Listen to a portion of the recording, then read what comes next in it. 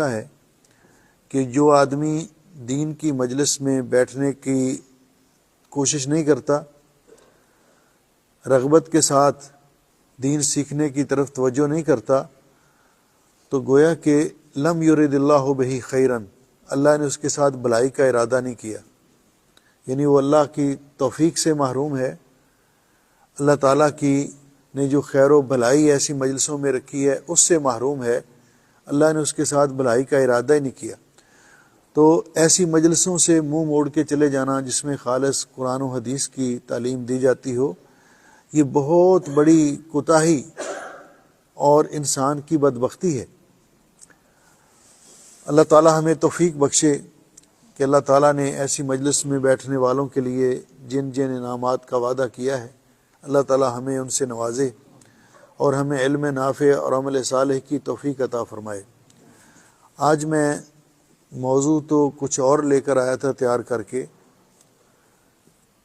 پچھلے موضوع سے متعلق تھا، اور میں وہ بیان کرنا چاہتا تھا کہ اسباب و برکت فی الرزق، رزق کے بارے میں لوگ بڑے پریشان ہیں، یہ پتہ نہیں کمائی بھی کرتے ہیں، پیسے کدھر جاتے ہیں، پوری نہیں پڑتی، یہ نہیں ہوتا وہ نہیں ہوتا، تو اس حوالے سے لیکن 2-3 سوال ضروری آ گئے جن کی میں وضاحت کرنا مناسب سمجھتا ہوں، جو سوشل میڈیا پہ بھی گردش کر رہے ہیں۔ کچھ احباب نے یہ ریکویسٹ بھی کی کہ میں درس کے اندر ان کی وضاحت کروں، تو آج پہلے ان سوالات پہ تھوڑا سا روشنی ڈالتے ہیں، اس کے بعد پھر وقت بچا وغیرہ اگلے درس میں یہ موضوع بیان کریں گے۔ پہلا سوال یہ ہے کہ نماز فرض ہو یا نفل؟ نماز کے اندر اپنی زبان میں، اپنی لینگویج میں دعا کرنا، سجدے کی حالت میں یا تشہد کی حالت میں، کیا اپنی زبان کے اندر دعا کرنا جائز ہے؟ اس پر کئی لوگوں کے فتوے سوشل میڈیا پہ ہیں جو جواز کا فتویٰ دیتے ہیں، حالانکہ حقیقت یہ ہے ان کے پاس بھی واضح دلیل کوئی نہیں ہے، وہ صرف یہی کہ رسول اکرم صلی اللہ علیہ وسلم نے فرمایا ہے کہ سجدے کی حالت میں انسان اللہ کے بہت زیادہ قریب ہوتا ہے، اس لیے سجدے میں کثرت کے ساتھ دعائیں کرو۔ تشہد میں فرمایا کہ درود پاک پڑھنے کے بعد ثم لیتخیر من الدعاء ما شاء، پھر جو چاہے آپ اللہ تعالیٰ سے دعا کریں۔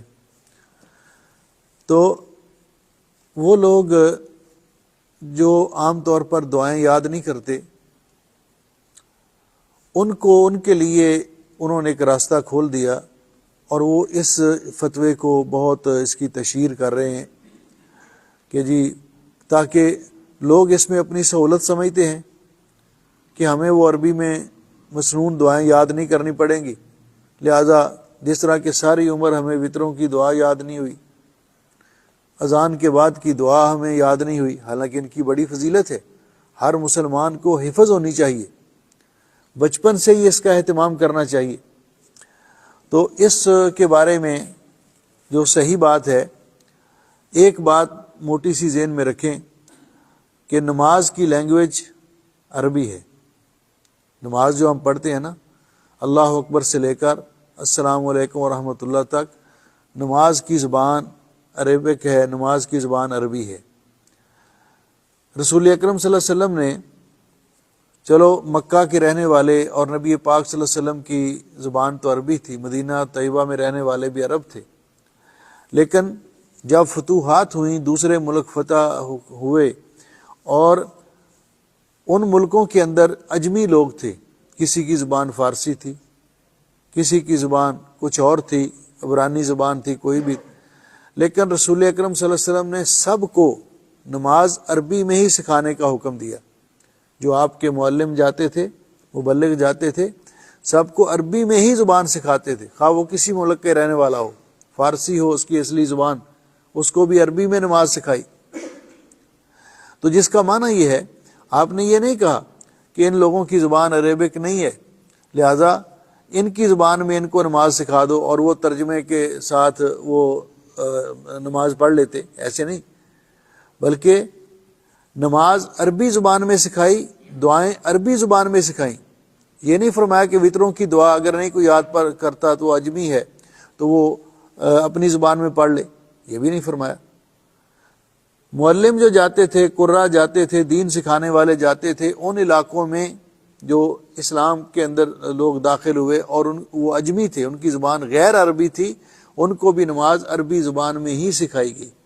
لہٰذا رسول اکرم صلی اللہ علیہ وسلم نے جن دعاؤں کے بارے میں فرمایا کہ کثرت کے ساتھ دعا کرو، اس سے مراد وہ دعائیں ہیں جو آپ نے سکھائی ہیں، ان کو بار بار کرو۔ یا سجدے میں ایک سے زیادہ دعائیں آپ نے سکھائی ہیں، رکوع میں ایک سے زیادہ دعائیں سکھائی ہیں، تو وہ دعائیں عربی زبان میں پڑھو۔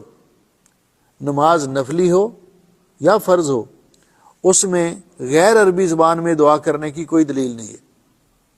پہلی بات، پہلا مسئلہ۔ دوسرا مسئلہ کہ جب بھی سردی آتی ہے، موسم شروع ہوتا ہے، عام حالات میں بھی ہوتا ہے، تو یہ جرابوں پر مسح کا مسئلہ شروع ہو جاتا ہے۔ جرابوں پر مسح کرنے کے بارے میں کچھ بھائی شک و شبے کا شکار ہوتے ہیں اور کسی کا دل مطمئن نہیں ہوتا۔ اس سلسلے میں عرض ہے کہ رسول اکرم صلی اللہ علیہ وسلم سے صحیح احادیث کے اندر موزوں اور جرابوں پر مسح کرنا ثابت ہے۔ جب رسول اکرم صلی اللہ علیہ وسلم کی یہ سنت ہے، اللہ تعالیٰ نے یہ رخصت دی ہے ہم کو، تو اس پر عمل کرنے میں ہمیں کوئی ہچکچاہٹ نہیں ہونی چاہیے، کسی قسم کا کوئی تردد نہیں ہونا چاہیے، اور اس میں کوئی اختلاف بھی نہیں خاص۔ دو لفظ استعمال ہوئے حدیث پاک میں، ایک خف اور ایک جورب۔ عام طور پر یہ سردیوں سے پاؤں کو بچانے کے لیے، گرد و غبار سے پاؤں کو بچانے کے لیے دو قسم کے کور استعمال کیے جاتے ہیں۔ ایک چمڑے کا بنا ہوا، اسے عربی زبان میں خف کہتے ہیں، جس کا ہم ترجمہ کرتے ہیں موزہ۔ ایک کپڑے کا یا اون کا یا دھاگے کا بنا ہوا، جسے عربی زبان میں جورب کہتے ہیں۔ دونوں پر رسول اکرم صلی اللہ علیہ وسلم نے سے مسح کرنا ثابت ہے، لیکن مسح کرنے کے لیے شرائط ہیں۔ مسح کرنے کے لیے شرائط ہیں، جن میں پہلی شرط یہ ہے، یہ شرائط آپ یاد رکھنا کہ ہر مسلمان کو عمل کرنے کے لیے ضروری ہے۔ پہلی شرط یہ ہے کہ جس جراب یا موزے پر ہم نے مسح کرنا ہے وہ پاک ہو، یعنی کپڑے کا پاک ہونا، جسم کا پاک ہونا، جگہ کا پاک ہونا نماز کے لیے ضرور شرط ہے۔ تو وہ موزہ یا جراب پاک ہو۔ دوسرا، وہ محل فرض کو ڈھانپنے والا ہو۔ محل فرض کو ڈھانپنے کا معنی کیا؟ کہ اس کے ساتھ انسان کے پاؤں کا پنجہ اور ٹخنوں تک اس نے کور کیا ہو۔ یہ جو شارٹ سی جرابیں ہوتی ہیں، جن میں صرف انگلیاں چھپی ہوتی ہیں اور ایڑیاں چھپی ہوتی ہیں، ٹخنا ننگا ہوتا ہے، اس پر مسح نہیں ہوتا۔ محل فرض کا معنی یہ کہ جتنا پاؤں وضو کرتے وقت دھونا فرض ہے، وہ اس کو ڈھانپنے والا ہو۔ دوسری شرط یہ۔ تیسری شرط یہ ہے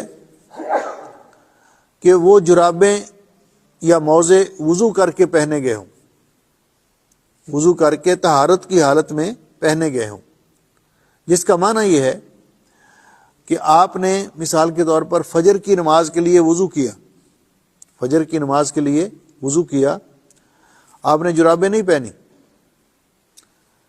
آپ کا وضو برقرار ہے، آپ گھر گئے، آپ ڈیوٹی پہ جانے لگے ہیں، آپ نے جرابیں پہن لی ہیں، تو یہ جرابیں آپ نے وضو کی حالت میں پہنی ہیں۔ دوسری صورت یہ ہے کہ آپ نے وضو کیا اور وضو کر کے اسی وقت جرابیں پہن لیں، تو یہ وضو بھی آپ نے یہ جرابیں بھی یا موزے بھی آپ نے وضو کی حالت میں پہنے ہیں۔ اب جب آپ کا وضو ٹوٹے گا، مثلا ظہر کے وقت آپ کو واش روم جانا پڑتا ہے، قضائے حاجت سے فارغ ہو کر استنجا وغیرہ کر کے آپ فارغ ہوتے ہیں، تو آپ وضو کرنا چاہتے ہیں، تو چونکہ آپ نے جرابیں وضو کرنے کے بعد پہنی پھر اتاری نہیں، یعنی وضو ٹوٹنے کے بعد آپ نے اتاری نہیں، تو آپ ان جرابوں پر مسح کر سکتے ہیں. آپ ان جرابوں پر مسح، کیونکہ آپ نے طہارت کی حالت میں یہ پہنی تھی، وضو کی حالت میں یہ جرابیں پہنی تھی.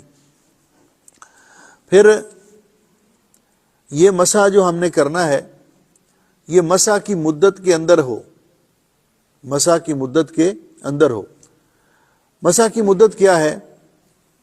جس طرح ہم لوگ مقیم ہیں، ہمارے لیے 1 دن اور 1 رات، اور مسافر کے لیے 3 دن اور 3 راتیں. اس کے بعد جرابوں پر یا موزوں پر مسح اوپر والے حصے سے کیا جائے گا، نیچے والے حصے سے نہیں، اوپر والے حصے سے مسح کیا جائے گا. یہ شرائط ہیں جرابوں پر مسح کرنے کے بارے میں. جرابوں پر مسح یا موزوں پر مسح، اس کی مدت کب سے ہم کاؤنٹ کریں گے؟ اس کی مدت ہم اس وقت کاؤنٹ کریں گے جب سے ہم نے وضو ٹوٹنے کے بعد جرابوں پر مسح کیا ہے. مثلا فجر کے وقت آپ نے وضو کیا، جرابیں پہن لی آپ کا، تو اس کے بعد آپ نے ظہر کے وقت جو وضو کیا تو اس میں آپ نے پاؤں نہیں دھوئے بلکہ جرابوں پر مسح کیا ہے، تو یہاں سے آپ کے مسح کی مدت سٹارٹ ہوگی. جب پہلی بار مسح کریں گے تو مسح کی مدت سٹارٹ ہوگی. یعنی ایک آدمی رات کو وضو کرتا ہے نماز کے لیے یا سوتے وقت وضو کرتا ہے، وہ جرابیں پہن لیتا ہے، پھر ان کو اتارتا نہیں، تو فجر کے وقت اس کے لیے ضروری نہیں ہے کہ وہ جرابیں اتار کر پاؤں دھوئے.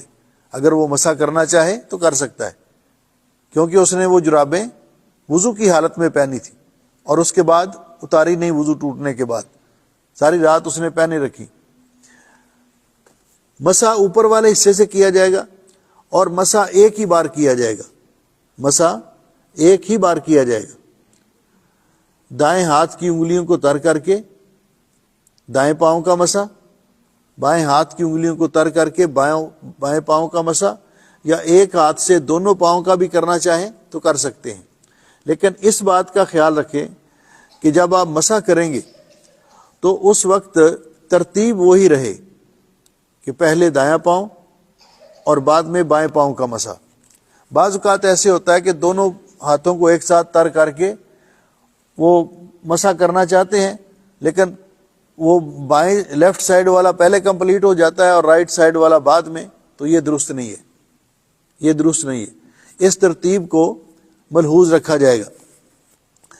یہ ہے جرابوں کا مسح کرنا جائز ہے، لیکن اگر غسل جنابت کی حاجت ہو جاتی ہے تو پھر جرابوں پر مسح کرنا جائز نہیں. پھر جرابیں اتار کر غسل کرنا ہوگا، پھر پاؤں کو دھونا لازمی ہے، پھر جرابیں اتار کر مسح کرنا ہوگا. یہ تھا جرابوں پر مسح کرنے سے متعلق چند باتیں.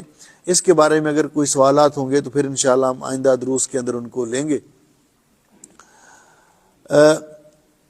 اسی طرح ایک آدمی ہے، وہ جرابیں پہنتا ہے فجر کی نماز وضو کرنے کے بعد، ابھی اس کا وضو برقرار ہے تو وہ جرابیں اتار دیتا ہے، آفس جانے کے لیے چینج کرتا ہے، تو یہ بھی ان جرابوں پر مسح کر سکتا ہے، کیونکہ وہ بھی وضو کی حالت میں پہنی گئی ہیں. اگرچہ اس نے چینج کی ہیں لیکن وہ وضو کی حالت میں پہنی گئی ہیں.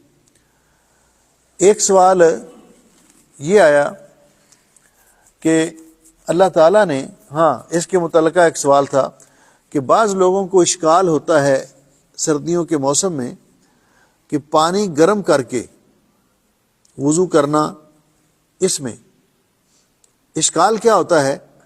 کہتے ہیں جی حدیث پاک میں آیا ہے کہ وہ پانی جس کا کوئی وصف تبدیل ہو جائے، یعنی رنگ تبدیل ہو جائے، ذائقہ تبدیل ہو جائے، بو تبدیل ہو جائے، تو اس کے ساتھ وضو نہیں کر سکتے، وہ پانی پاک نہیں ہے. ٹھیک ہے، یہ حدیث صحیح ہے، لیکن اس حدیث میں ایک لفظ آخر میں یہ بھی ہے بِنِجَاسَةٍ تَحْدُثُ فِيهِ، ایسا پانی جس کے ساتھ نجاست پڑنے سے اس کا رنگ، بو یا ذائقہ تبدیل ہو جائے. ٹھیک ہے. دوسرا، پانی کو گرم کرنے سے پانی کا کوئی وصف تبدیل نہیں ہوتا. پانی کو گرم کرنے سے پانی کا کوئی وصف تبدیل نہیں ہوتا، نہ پانی کا رنگ تبدیل ہوتا ہے، نہ پانی کا ذائقہ تبدیل ہوتا ہے، نہ اس کے اندر سے بو آتی ہے، ٹھیک ہے۔ تو جس کا معنی یہ ہے کہ ٹمپریچر کا بدلنے سے کبھی زیادہ ٹھنڈا ہوتا ہے، کبھی زیادہ گرم ہوتا ہے، تو اس سے پانی کے کسی وصف میں فرق نہیں پڑتا۔ اس لیے پانی گرم کر کے، خواہ گیزر کے ذریعے ہو، آپ ویسے برتن میں پانی گرم کر کے سردی سے بچنے کے لیے اس سے وضو کریں تو جائز ہے، اس میں کوئی حرج نہیں ہے، کوئی اشکال نہیں ہے۔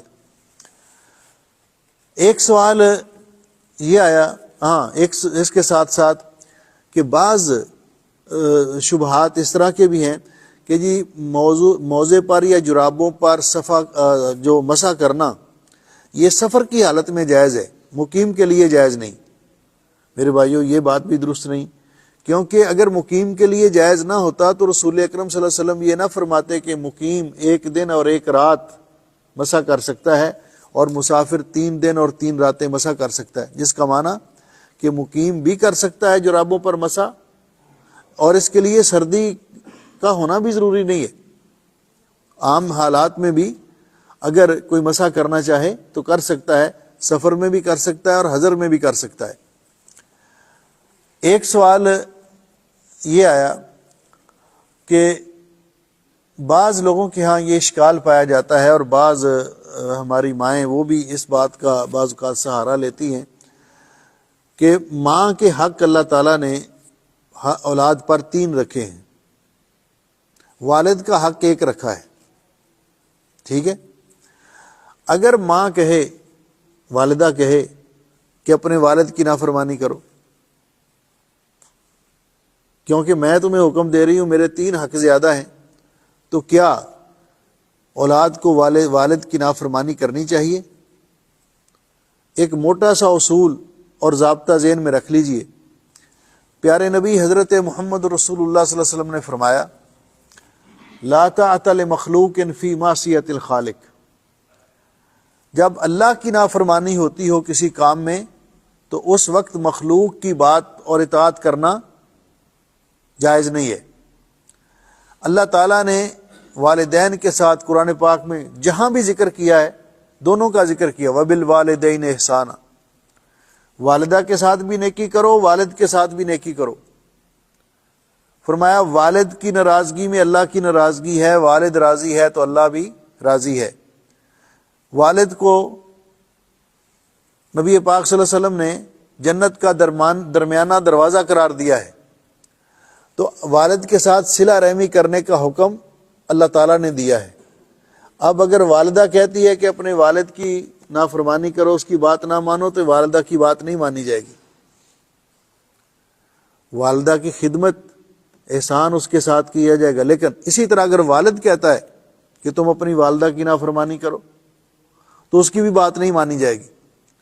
اسی طرح شوہر اگر اپنی بیوی سے کہتا ہے کہ تو اپنے والدین کو نہیں ملنے کے لیے نہیں جا سکتی، جبکہ اللہ نے صلہ رحمی کا حکم دیا، وہ کہتا ہے میرا بڑا حق ہے، اگر سجدے کی اجازت ہوتی تو مجھے ہوتی، لیکن اس کو یہ حق نہیں ہے کہ بیوی کو نماز پڑھنے سے روکے، بیوی کو پردہ کرنے سے روکے، یا بیوی کو اپنے والدین کو ملنے سے روکے، یہ اس کے لیے جائز نہیں ہے۔ اس لیے یہ بات، ہاں اگر اختلاف ہو جاتا ہے کہ ماں کا ایک مشورہ ہے، باپ کا ایک مشورہ ہے، تو پھر کیا کیا جائے؟ تو اس سلسلے میں علماء کا جو صحیح قول ہے کہ دیکھا جائے گا کہ اس مسئلے کی نوعیت کیا ہے۔ اگر اس مسئلے کا تعلق کاروبار کے ساتھ ہے تو والد کاروبار اور باہر کے معاملات کو بہتر جانتا ہے، وہ اولاد کو کہتا ہے کہ یہ کام کر لیں، ماں کہتی ہے نہیں کرنا، تو ایسی صورت میں والد کی بات مانی جائے گی، لیکن ماں کی بھی گستاخی نہیں کی جائے گی، ادب احترام سے ان کو سمجھا لیا جائے گا۔ اگر کوئی گھریلو معاملات ہیں جو والدہ سے زیادہ ریلیٹڈ ہیں تو والد اس کی خلاف ورزی کا حکم دیتے ہیں تو پھر والدہ کی بات مانی جائے گی، لیکن والد کی گستاخی بھی نہیں کی جائے گی۔ اسی طرح ایک سوال یہ بھی آیا کہ ہم بعض اوقات سفر کر رہے ہوتے ہیں گاڑی کے اندر، تو ایسی صورت میں قرآن پاک کی تلاوت سنتے سنتے سجدہ تلاوت آ جاتا ہے، سجدہ تلاوت آ جاتا ہے، تو ہمیں وہ سجدہ کیسے کرنا چاہیے؟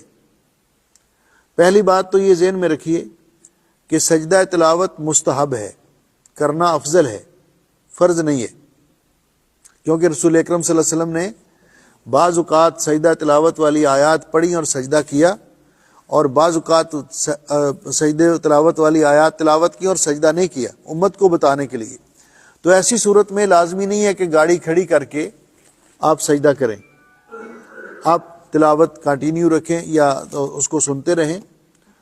اور یہ بھی لازمی نہیں ہے کہ جب گاڑی کھڑی کریں کسی جگہ پہ جا کر ٹھہریں تو سجدہ کریں، لیکن ہاں اگر آپ اس قریب وہ سجدہ گزرا ہے تو آپ نے جا کر رکنا تھا کہیں، تو آپ وہاں سجدہ کرنا چاہیں تو کر سکتے ہیں، لیکن لازمی نہیں ہے۔ یہ چند سوالات تھے، اور بھی کئی سوالات کیے بعض احباب نے، لیکن یہ سوال جو تازہ تھے ان کی میں تھوڑی وضاحت کرنا چاہتا تھا۔ اس سلسلے میں آپ بھائیوں کا کوئی سوال ہو تو آپ کر سکتے ہیں، باقی پھر انشاءاللہ یہ درس تو اگلے انشاءاللہ درس میں زندگی رہی تو بیان کریں گے۔ کسی کے ذہن میں کوئی سوال ہو؟ جی جی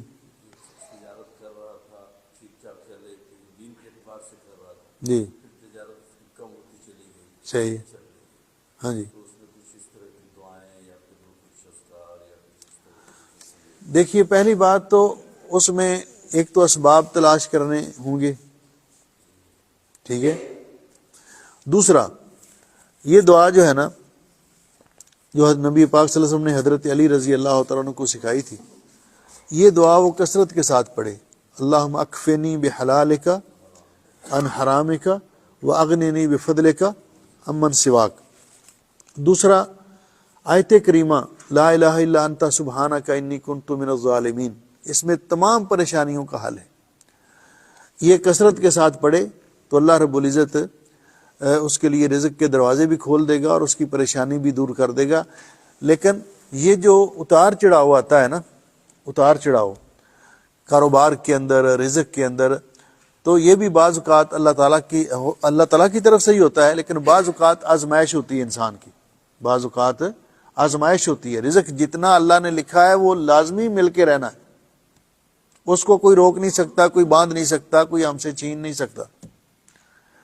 اور جہاں اللہ نے رزق لکھا ہے وہاں ہی آپ دیکھیں کہ یہ 60 سال کے چکر میں جن کا کئی لوگوں کا رزق یہاں سے اللہ نے ختم کر دیا تھا وہ چلے گئے، اور جن کا اللہ کو منظور ہے کہ اب ادھر ہی رہیں گے تو قانون ختم کرا دیا اللہ تعالیٰ نے، ہاں جی۔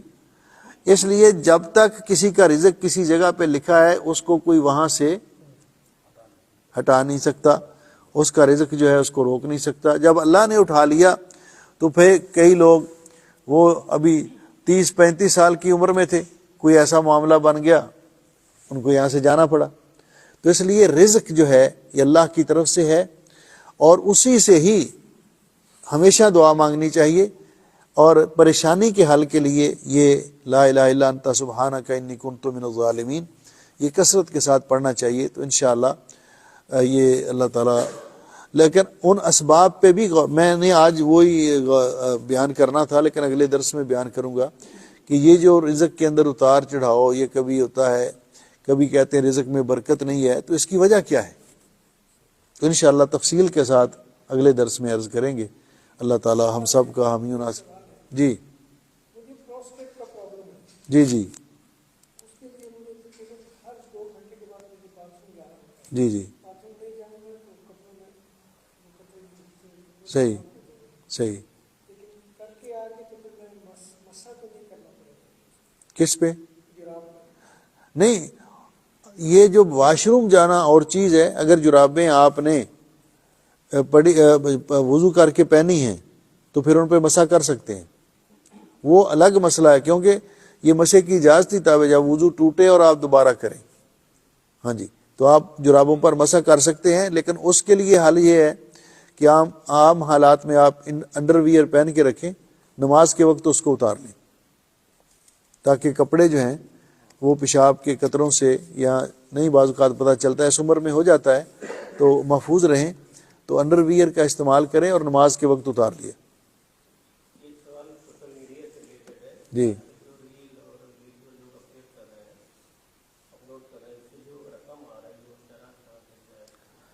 دیکھیے یہ سوال میرے خیال ڈاکٹر ذاکر نائک صاحب پاکستان میں آئے تھے نا، تو ان سے بھی یہ سوال ہوا تھا، تو انہوں نے فرمایا تھا کہ میرا جتنا ہوتا ہے نا تو میں بالکل اس میں سے کچھ نہیں لیتا، یعنی میں اس کو لینا مناسب نہیں سمجھتا۔ آج تک میں نے اپنی کسی ویڈیو یا کسی لیکچر وغیرہ کا کچھ نہیں لیا۔ تو یہ جو دیکھنے کی بات ہے کہ وہ جو میٹر آگے شیئر کر رہے ہیں وہ کیسا ہے، ٹھیک ہے۔ اگر تو کوئی اچھی بات شیئر کرتے ہیں تو اگر اللہ کی رضا کے لیے کریں اور اس کا کچھ نہ لیں تو بہتر ہے، اللہ اجر دے گا۔ لیکن اگر کوئی اچھی باتیں دین کی تعلیمات شیئر کر کے ان کو کچھ ملتا ہے تو وہ لے لیتے ہیں، تو اس میں حرج کوئی نہیں ہے۔ لیکن بری چیز یعنی جو غلط عقائد اور نظریات ہوں یا بری باتیں ہوں یا فوش قسم کے یا اس طرح کے ڈرامے وغیرہ ہوں تو ان کو شیئر کر کے ان سے ان کی کمائی جائز نہیں ہے، وہ درست نہیں ہے۔ ہاں جی، نہیں، جراب کو گیلا کرنا مقصود نہیں ہے، انگلیوں کو، ہاتھوں کی انگلیوں کو تر کر کے، اب دیکھیں کہ یہ اس کے لیے جو کنڈیشن ہوگی، ہاتھ کی انگلیوں کو اس طرح تر کر کے پاؤں کی انگلیوں پہ رکھیں اور پنڈلی کی طرف لے آئیں، پھر اس طرح اس پہ رکھیں اور پنڈلی کی طرف لے آئیں ایک دفعہ ہی۔ تو یہ ہے، جرابوں کو اگر گیلا ہی کرنا تھا تو پاؤں دھونے میں کیا اس میں تھا، تو پھر اس طرح نیچے سے پھر مسح کرنا یہ بھی درست نہیں ہے، یہ بھی درست نہیں ہے، صرف اوپر سے مسح کرنا چاہیے۔ بارک اللہ فیکم۔ اب لائٹیں بند کرنا شروع کر دی انہوں نے۔ ہاں جی،